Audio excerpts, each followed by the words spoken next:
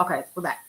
The second thing about this individual, or third, is jobs, manufacturing, and agriculture. Framed himself as a coach who would, quote, create jobs, help farmers, and boost Alabama's defense economy. Said he would also cut federal spending but preserve Social Security and Medicare. Said the debt was out of control, yet pledged not to touch seniors' benefits. That was Tommy Tuberville. Sounds like the start of a common platform from MAGA dog whistles to master racism. Has the administration interrupted anything that happened in Texas? Yes. Katie Britt, let's talk about her. She was for, and this was, she can't, first of all, she was elected in 2022. Okay. Alabama First economic message is what she ran on. Smaller government, job creation, and lower inflation. Campaigned as a business-friendly problem solver. That's what she ran on, okay? Border security and hardline immigration reforms. Released a detailed plan to put America workers and Alabama families first. Backing the wall and the RAISE Act. She was for and is for faith, family, and parental rights. Emphasized pro-life stance, Christian conservative values, school prayer, school choice, and opposition to CRT.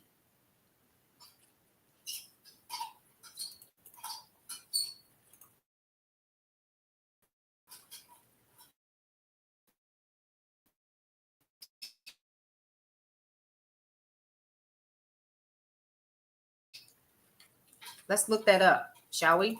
Because I got questions too, right? CRT, Forming American Immigration for Strong Employment Act, a bill proposed in the U.S. Congress aimed at reducing legal immigration levels and reforming the immigration systems. It seeks to shift from a demand-driven immigration model to a merit-based, points-based system. I hope that was helpful. That was Section 354, 115th Congress, 2017 to 218. A bill to amend the Immigration and Strong Employment Act, or the RAISE Act. And then, of course, she opposed critical race theory.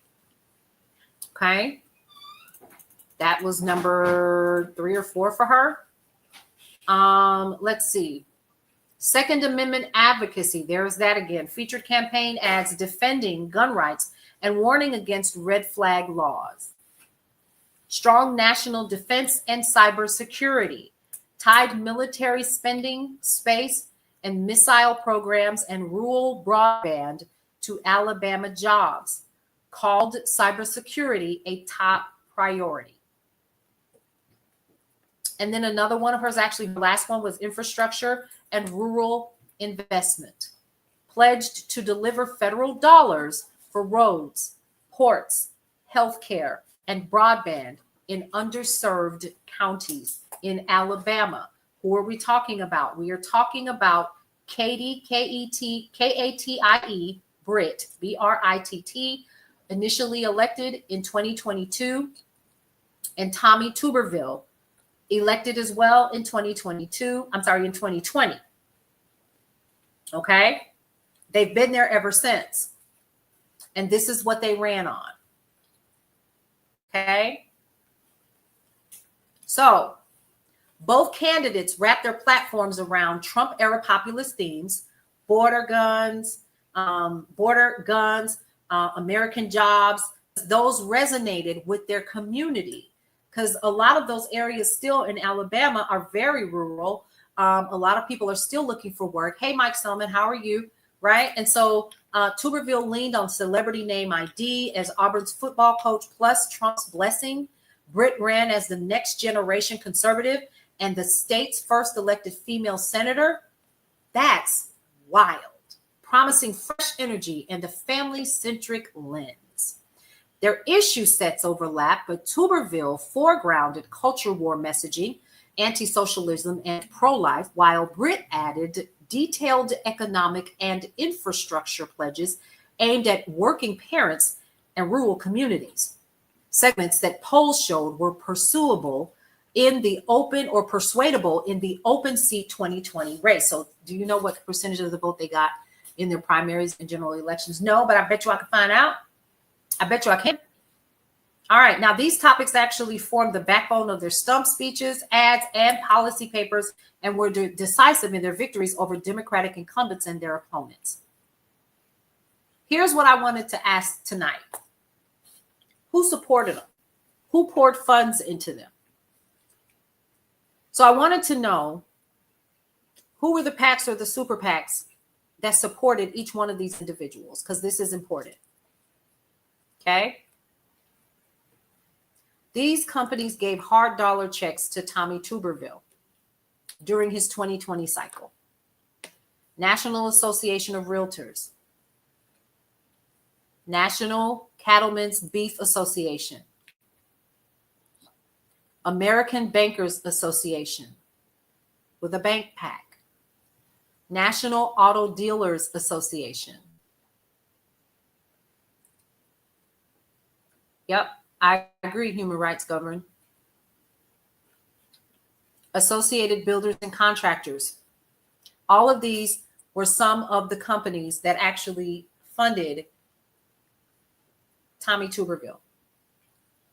Now, these donors sent him up to $5,000 each in donations, because as a PAC, that's the max that you can give, right? Okay. Leadership Joint Committees, Coach PAC. Now that's Tuberville's own leadership PAC, donated. What they did was they bundled six-figure sums from industry executives, high dollar donors, then transferred funds to his account. Tuberville Victory Fund, joint fundraising committee with the NRSC. Super PACs, outside spenders, Senate Leadership Fund, McConnell aligned. Are we surprised? And that's Mitch McConnell, by the way. Club for Growth Action, the NRA Political Victory Fund, 501c4, One Nation. Together they poured, you ready? Sit down. The super PACs poured $30 million in independent expenditures to boost Tuberville or attack the Democrat on the other side. And they accounted for more than 3/4 of his campaign. Katie Britt, her 2022 cycle. Candidate side PAC donors. Again, let's look at what they offered. Katie got an AIPAC. And we know what AIPAC is. That's Israel, pro-Israel. $99,500. Maxed out checks and bundled transfers that made up the bulk of her $1.3 million in PAC receipts. Republican Senatorial Committee gave her $51,200. Winning Women Victory Committee, $70,008. Alabama First PAC, Brittstown Leadership PAC. The super PACs that she took, Alabama Conservatives Fund, state-based super PAC. Winning for Women Action Fund, National Pro-GOP Women Super PAC. And the Senate Leadership Fund. Hey there, T4 Teresa, how are you? So they went on air early with six-figure buys. During the runoff in the general election, the WFW, or Winning for Women Action Fund, raised and spent mid to six figures on Brittany, positive ads in mail, and the Senate Leadership Fund added seven-figure TV buys in the fall. So they put a lot of money behind her to get her in office.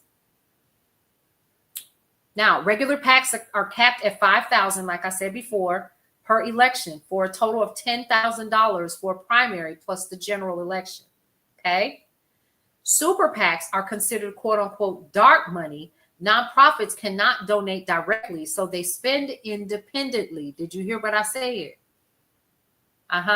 Dollar figures above come from FEC filings aggregated by race summary and outside spending dashboards. Latest update was today. I actually ran it just to see. Okay. Guess what, folks? This is information you can actually scrape and get, which is what I did. The list showed the largest or most visible players. Dozens of smaller PACs, trade groups, corporate, ideological, also gave $10,000 apiece. But the names that I just shared with you actually account for a large majority for each of the senators' PAC side money. And those are donations to help them to run and to do their campaign, right? And these are called PACs because it stands for, it's the acronym for Political Action Committee. Okay. And it helps with all of their outside spending.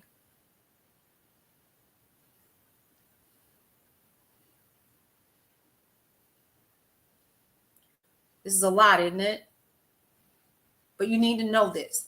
That's why we're going to take our time, because we don't have time, but we do have time to go through who these people are and what they stand for, right? So I did some more scraping because I wanted to know. I just, who are these super PACs? That's the other question. Because if you've heard of any of these companies, then you need to know how much money they spent, which we found out. But then we also need to know what they represent and who they are.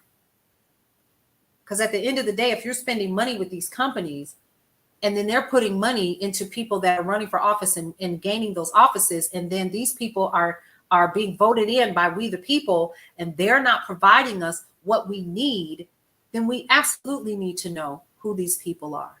So let's start with this first PAC, the National Association of Realtors PAC. Their core mission: elect candidates who, quote, promote and protect the American dream of property ownership. Who's in the room? 1.5 million licensed real estate professionals in every U.S. district.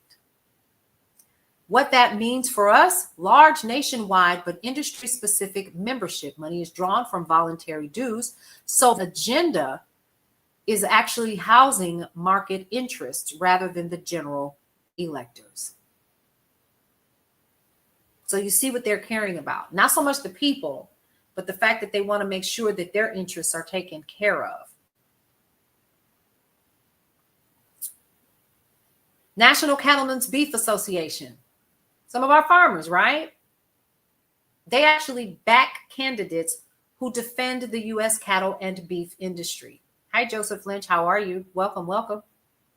25,000 ranchers plus 60 state breed affiliates represents a narrow slice of rural America, cattle producers, not consumers at large, but they're producers. And they need people in office that's going to represent them. So yes, they're going to put some money in their pocket and say, when we need you to do something, we need you to come forth for us and make things happen. Advocate for franchised auto dealers is another one. 16,000 dealerships nationwide. This policy asks revolve around franchise law, electronic vehicle credits, and floor plan interest deductions. That's what they're looking for. And that's the Advocate for Franchised Auto Dealers.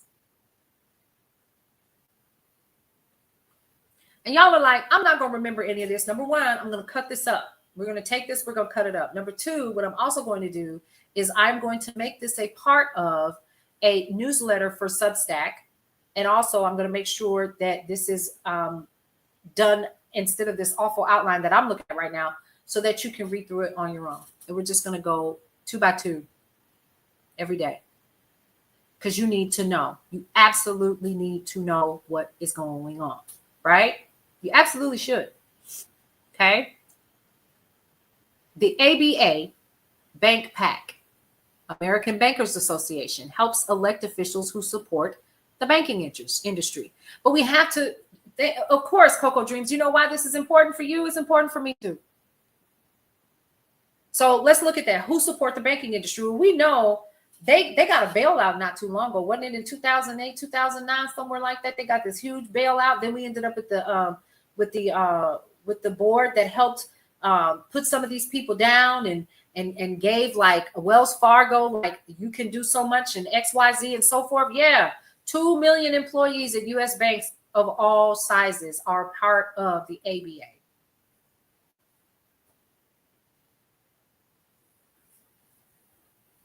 Money signals institution finance priorities, regulatory relief, fintech, all of those things. They want somebody that's going to be on the inside in it, that's going to be looking out for them. Okay. And associated builders and contractors support Merit Shop, non-union. Okay. Non-union contractors and oppose PLA mandates. Tens of thousands of construction firms and subcontractors. Focus is workforce rules and federal project labor standards. Why is this important?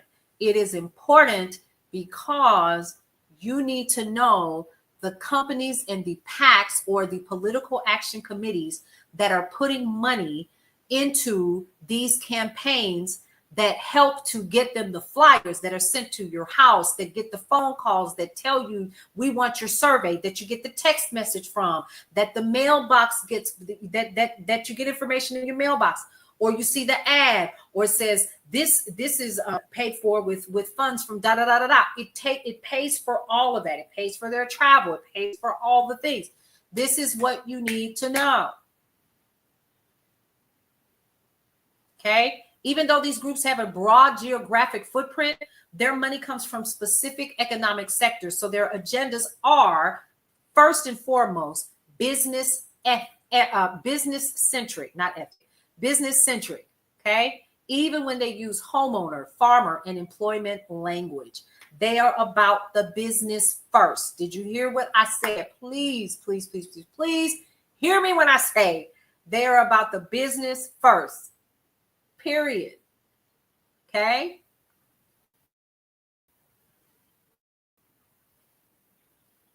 Now, there are some ideological or single issue membership groups. There's the NRA, there's APAC, Club for Growth Action, One Nation, a 501c4, Winning for Women Action Fund. Those are a few. Now, NRA rates and elect candidates based on Second Amendment absolutism. $4.3 million dues paying NRA members. AIPAC, support pro-Israel Democrats and Republicans to secure the U.S.-Israel relationship. AIPAC says it mobilizes 5 million pro-Israel Americans across all 435 districts. Club for Growth Action, defeat big government politicians, elect pro-growth limited government conservatives. I would agree, Coco Dreams. No formal membership, funded by free market donors, speaks for an economic ideology. One Nation, the nonprofit 501c4, push unifying solutions on debt, regulation, and national security. Non-membership dark money group, messages aimed at persuadable swing voters. Winning for Women, channel big dollars to Republican women candidates. Hey, Tracy. Grass donor list, major GOP women donors, frames itself as a gender representation cause. These organizations sell identity or issue loyalty. That's what they do. They're not a product. I want you all to hear me on that one. The ones that we just talked about are not products like the others were. Those were businesses that supported those particular industries. So the quote Americans that they represent are gun owners, pro-Israel activists, ideological free markets, and that quote unquote dark money is donations, are donations that come in, that is money raised, right? Okay. Party and candidate centric vehicles. These are other PACs. National Republican Senatorial Committee, or the NRSC. Senate Leadership Fund, or the SLF. This is a Mitch McConnell aligned super PAC whose lone goal is to protect and expand the Republican Senate majority. Senate GOP Winning Victory Committee for Women, joint fundraising committee that splits a single donation between Brit for Alabama, NRSC, and a slate of GOP women candidates.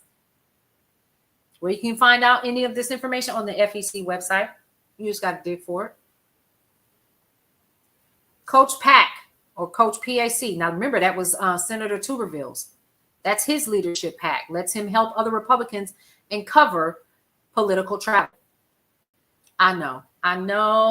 Coco Dream said, Tuberville Victory Fund, Alabama First PAC, and Brit Victory Vehicles, joint or leadership committees that gather bigger checks than a candidate committee can accept on its own. These aren't membership outfits, y'all, at all. They're conduits for high-capacity GOP contributors, often business owners, to write six-figure checks that get parceled out to campaigns and party committees. So these people can campaign. Okay? What you need to understand is these are for campaigning only, and they shouldn't be taking that to live off of.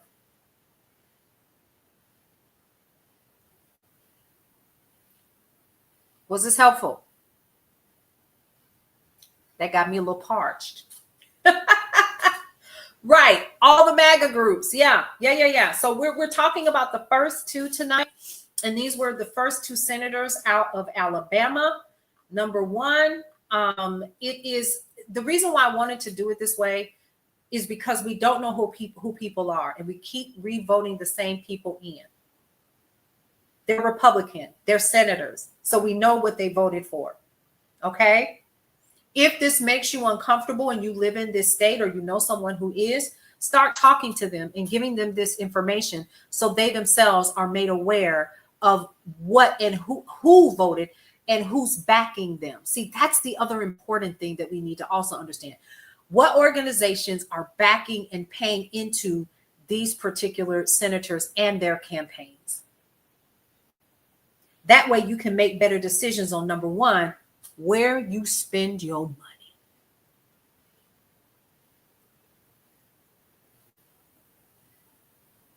Since that's what they're concerned about.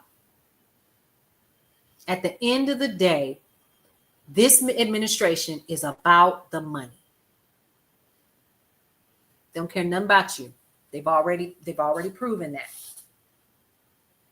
That's why I keep saying we got to get out of our feelings and we need to start thinking logically. How do these people think? With their wallets. We think that they care about the people. They don't. They've proven that.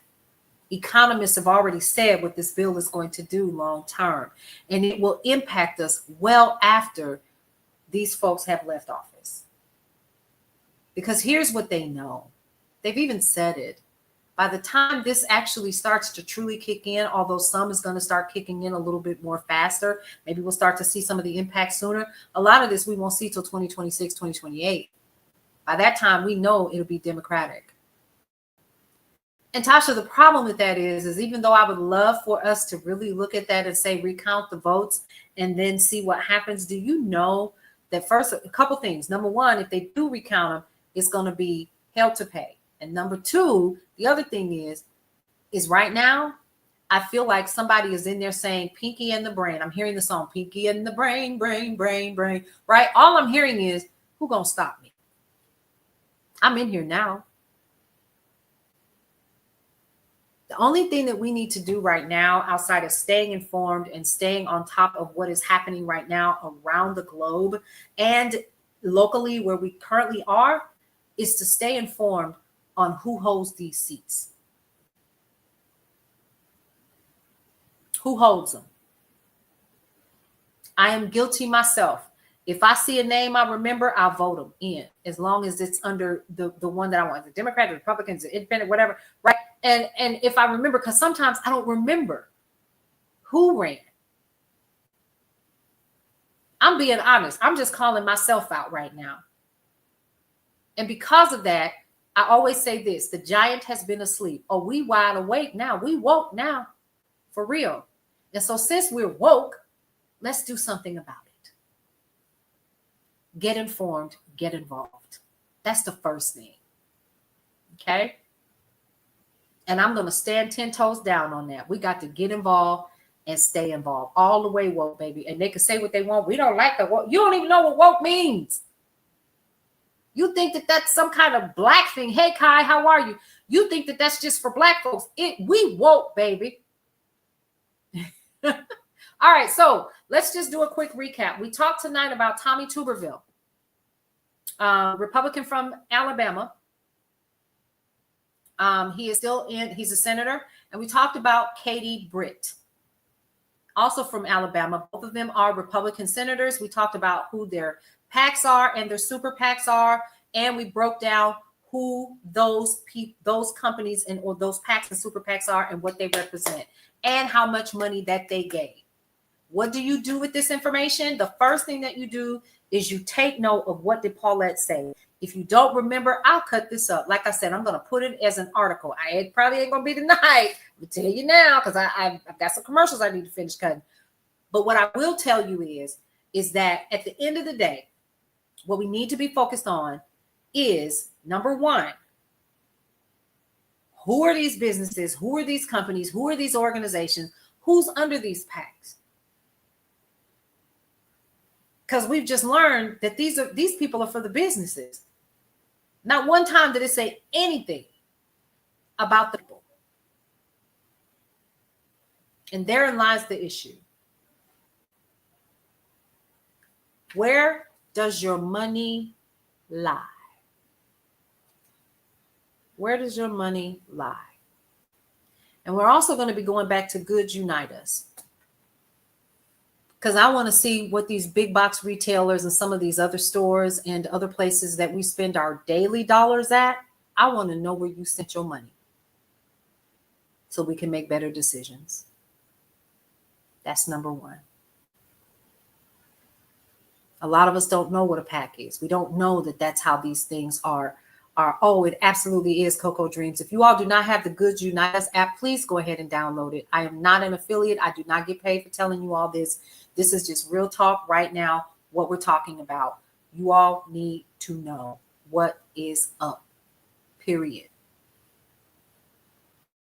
Where to spend your money. And one of the things I'm going to start going back to telling everybody is we need to remember that we can support local. If you have started to slip up a little bit, I think I'm going to just run over here because Target is right there. Oh, I'm going to go over here and I'm going to run over to Walmart real quick. Oh, I'm going to do so forth, so on. Start looking locally for those businesses that are in your area that you can support locally that have the things that you need.